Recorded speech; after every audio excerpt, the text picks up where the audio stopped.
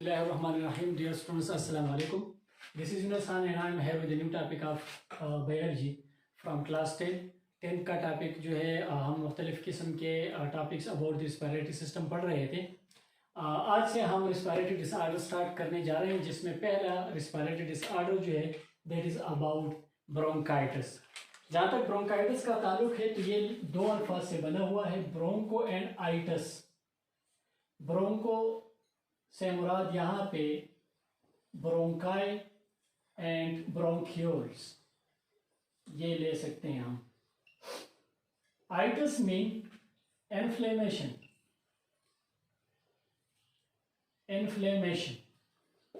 तो मतलब ये हुआ कि bronchitis is inflammation of the bronchi and bronchioles. Bronchi और ब्रोंक्यूल्स क्या है ये हमने पिछले टॉपिक्स में डिस्कस किया हुआ है। यहाँ पे अगर इन्हीं ब्रोंकाई या ब्रोंक्यूल्स का इन्फ्लेमेशन काज हो जाए, मतलब किस पार्ट का इन्फ्लेमेशन काज हो जाए, ब्रोंकाई या ब्रोंक्यूल्स का इंटरनल लाइनिंग जो है, इंटरनल लाइनिंग का इन्फ्लेमेशन अगर काज हो जाए, इंटरनल लाइनिंग म्यूकस मेम्ब्रेन का बना हुआ होता है, तो वो मेम्ब्रेन अगर इन्फ्लेम हो जाए तो वो क्या है कि थोड़ा सा इसका वॉल थिक हो जाता है और ल्यूमन नैरो हो जाता है। That narrowing of the internal lumen of the bronchi and bronchioles is called bronchitis। इसको हम bronchitis का नाम देते हैं। तो बेसिकली इसमें होता क्या है, इसमें आपके पास जो इंटरनल रेस्पिरेटरी म्यूकस मेम्ब्रेन है, internal respiratory mucous membrane that is inflamed। अच्छा, अब क्वेश्चन ये है कि ये inflamed क्यों होता है, why is it inflamed? Inflammation किस वजह से काज होता है, तो इसके काजेस के बारे में बात करेंगे। काजेस में आप नोट कर लें कि इन्फेक्शन मेन काज होता है। इन्फेक्शन मेन काज होता है मतलब ये है कोई जर्म्स की वजह से जो है ना, जिसमें वायरसेस और इसके अलावा bacteria, these are the main causes. इसके अलावा जो है smoke, irritants, chemical fumes etcetera, ये सारी चीज़ें हमारे रेस्पिरेटरी ट्रैक्ट के इंटरनल लाइनिंग को डैमेज करती है और उसकी वजह से ब्रोंकाइटिस जैसे और भी प्रॉब्लम्स हैं जो आगे हम डिजीज पढ़ेंगे, इस किस्म के डिजीजेस काज होते हैं। तो ये इसके क्या है, काजेज हैं। इन काजेज के रिजल्ट में क्या होता है, ये देखिए, ये भी मैंने यहाँ डायग्राम भी ड्रा किया हुआ है। ये एक नॉर्मल ब्रोंकस है, से ब्रोंकस और ब्रोंक्यूल, जो भी आप लेना चाहते हैं, ब्रोंकस या नॉर्मल ब्रोंक्यूल भी आप ले सकते हैं। This is a normal bronchus और ब्रोंक्यूल। तो ये नॉर्मल ब्रोंकस या ब्रोंक्यूल का अगर आप देखें तो मुकम्मल इसका ल्यूमन ओपन फॉर्म में है। जब इस तरह का इन्फेक्शन काज हो जाता है, when such an infection is cause, infected bronchus and bronchiole, तो इंटरनल जो म्यूकस मेम्ब्रेन है वो क्या है कि थिक हो जाता है, स्वेल अप हो जाता है और it is filled up with mucus and white blood cells. बहुत सारा म्यूकस और वाइट ब्लड सेल्स में जमा हो जाते हैं। क्यों? इसलिए कि ये वायरस या बैक्टीरिया का इन्फेक्शन होता है तो उसके खिलाफ वाइट ब्लड सेल्स जो हैं वो मुदाफियत जो इम्यूनिटी का रोल है वो प्ले करते हैं। तो यहाँ पे ये अब अगर आप देख लें तो इसकी निस्बत ये जो इंटरनल ल्यूमन है वो थोड़ा सा नैरो हो चुका है। दिस नैरोइंग या समटाइम्स ब्लॉकेज इज कॉल्ड। ये नैरोइंग या पार्शियली या टोटली ब्लॉकेज इसका इस ब्रोंकाइटिस, जो अगर इस वजह से काज हो गया तो। अच्छा, अब ये ब्रोंकाइटिस जो है इन काजेस की वजह से इस तरीके से काज हो जाता है, inflammation of the bronchi and bronchioles. अब इसके जो है सिम्टम्स क्या है, मतलब हम कैसे पहचानेंगे कि इस बंदे को ब्रोंकाइटिस काज हो चुका है, तो सिम्टम्स डिस्कस करेंगे।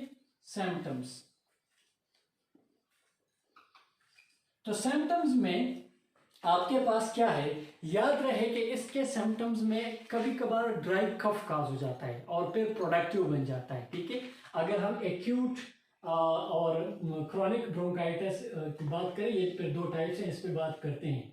तो इसमें क्या होता है, पहले एक स्पेशली एक्यूट ब्रोंकाइटिस में, एक्यूट कौन सा है, क्रॉनिक कौन सा है, इस पे बात करेंगे।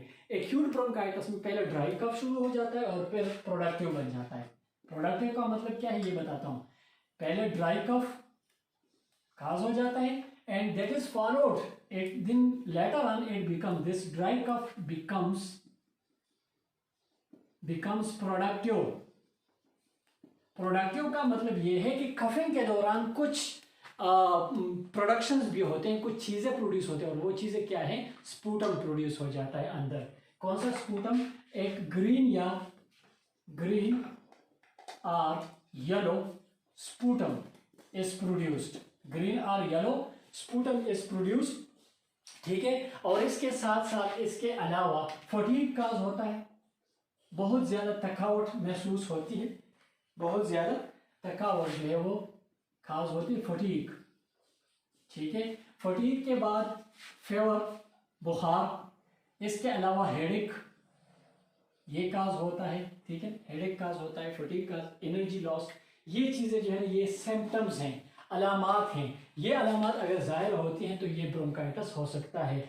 अच्छा, इसके साथ एक बहुत और इम्पोर्टेंट, ये चीजें तो मतलब और भी प्रॉब्लम्स में काज हो सकती है, एक और इम्पोर्टेंट सिम्टम होता है shortness of breath, shortness of breathing, सांस लेने में दुश्वारी होती है, शॉर्टनेस काज हो जाता है। और इसके अलावा जब सांस लेता है मरीज तो वो वेसल एक किस्म की सीटी सी बजती है, वीजिंग उसको कहते हैं, वीजिंग इफेक्ट, एंड वीजिंग और वेजीनेस इज काज्ड, ठीक है। ये सारे इसके क्या हैं, सिम्टम्स हैं, ये इसके सिम्टम्स हैं।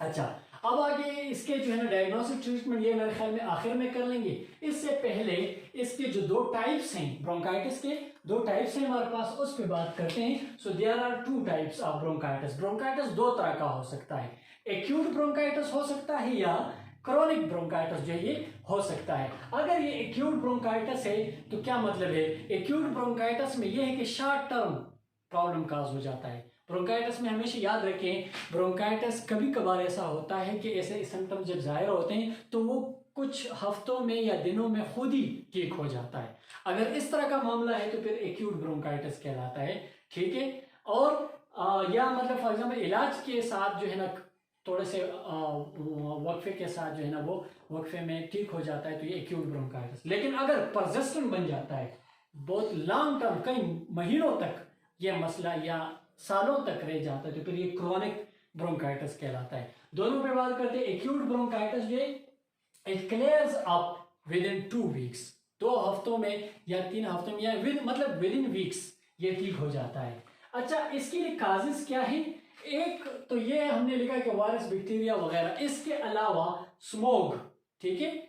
स्मोक जो है जब मतलब ये है कि फॉग के साथ जो है ना ये वो क्या है कि स्मोक मिलता है, स्मोक और फॉग जब मिलते हैं तो स्मोक बन जाता है, ठीक है। तो ये स्मोक या टोबैको का स्मोक या जो है ना किसी केमिकल का फ्यूम, केमिकल फ्यूम्स जो हैं ये सारे इरिटेंट्स हैं, ये एक्यूट ब्रोंकाइटिस काज कर लेते हैं। ज्यादातर एक्यूट इनकी वजह से काज होता है, अक्सर इन्फेक्शस नहीं होता, इस वजह से काज होता है। और कभी कभार इन्फेक्शन भी होता है, वायरस बैक्टीरिया का दखल होता है। इसके अलावा more common in smokers, acute bronchitis smokers में बहुत कॉमन होता है। जो लोग स्मोकिंग करते हैं वो हर वक्त जो है ना, जिसको हम स्मोकर्स कफ कहते हैं, हर वक्त खांसते रहते हैं और उनको ये ब्रोंकाइटिस काज होता है, ठीक है। Dry cough becomes productive, usually cough dry होता है, वही सिम्टम, ठीक है, ड्राई कफ होता है और बाद में ये प्रोडक्टिव बन जाती है, यानी स्पूटम साथ में प्रोड्यूस होना शुरू हो जाता है, ठीक है।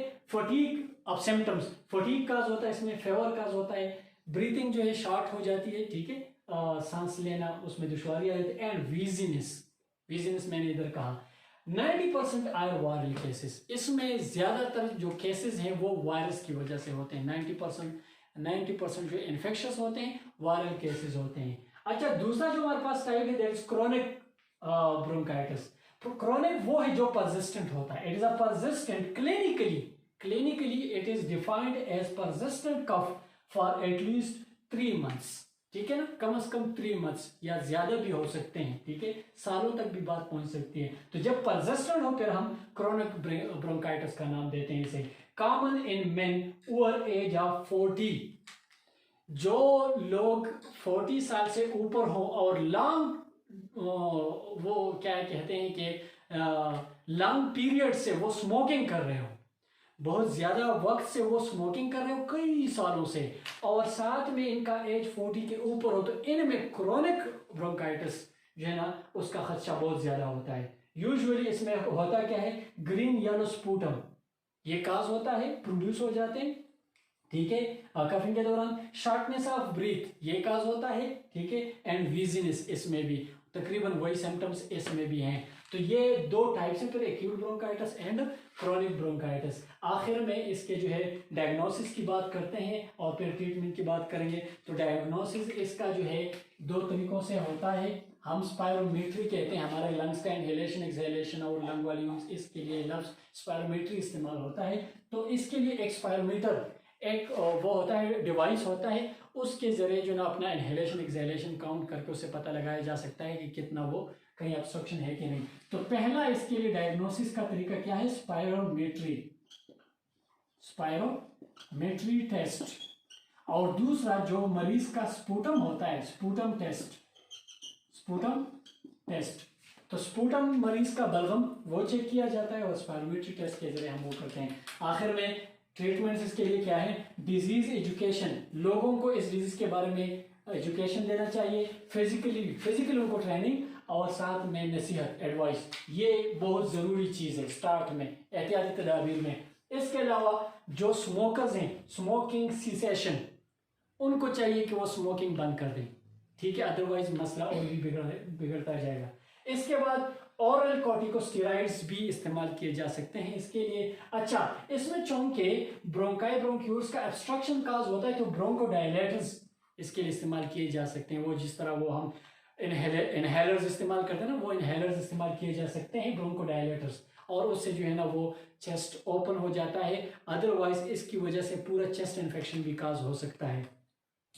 आखिर में अगर चेक करना चाहिए, अगर वायरस की वजह से है तो फिर एंटीवायरल ड्रग्स देनी चाहिए, और अगर बैक्टीरिया का अटैक है तो फिर एंटीबायोटिक्स इस्तेमाल करनी चाहिए। तो ये मुख्तलिफ वो ट्रीटमेंट्स हैं जो कि ब्रोंकाइटिस के लिए हम बरकरार ला सकते हैं। मुकम्मल पूरा डिस्कशन ब्रोंकाइटिस पे एक एक करके कोशिश करेंगे कि एक एक डिजीज़ जो बाकी रहते हैं एक एक करके उसको एक्सप्लेन करें। इसमें कोई भी क्वेश्चन अगर रहता है तो आप बता सकते हैं।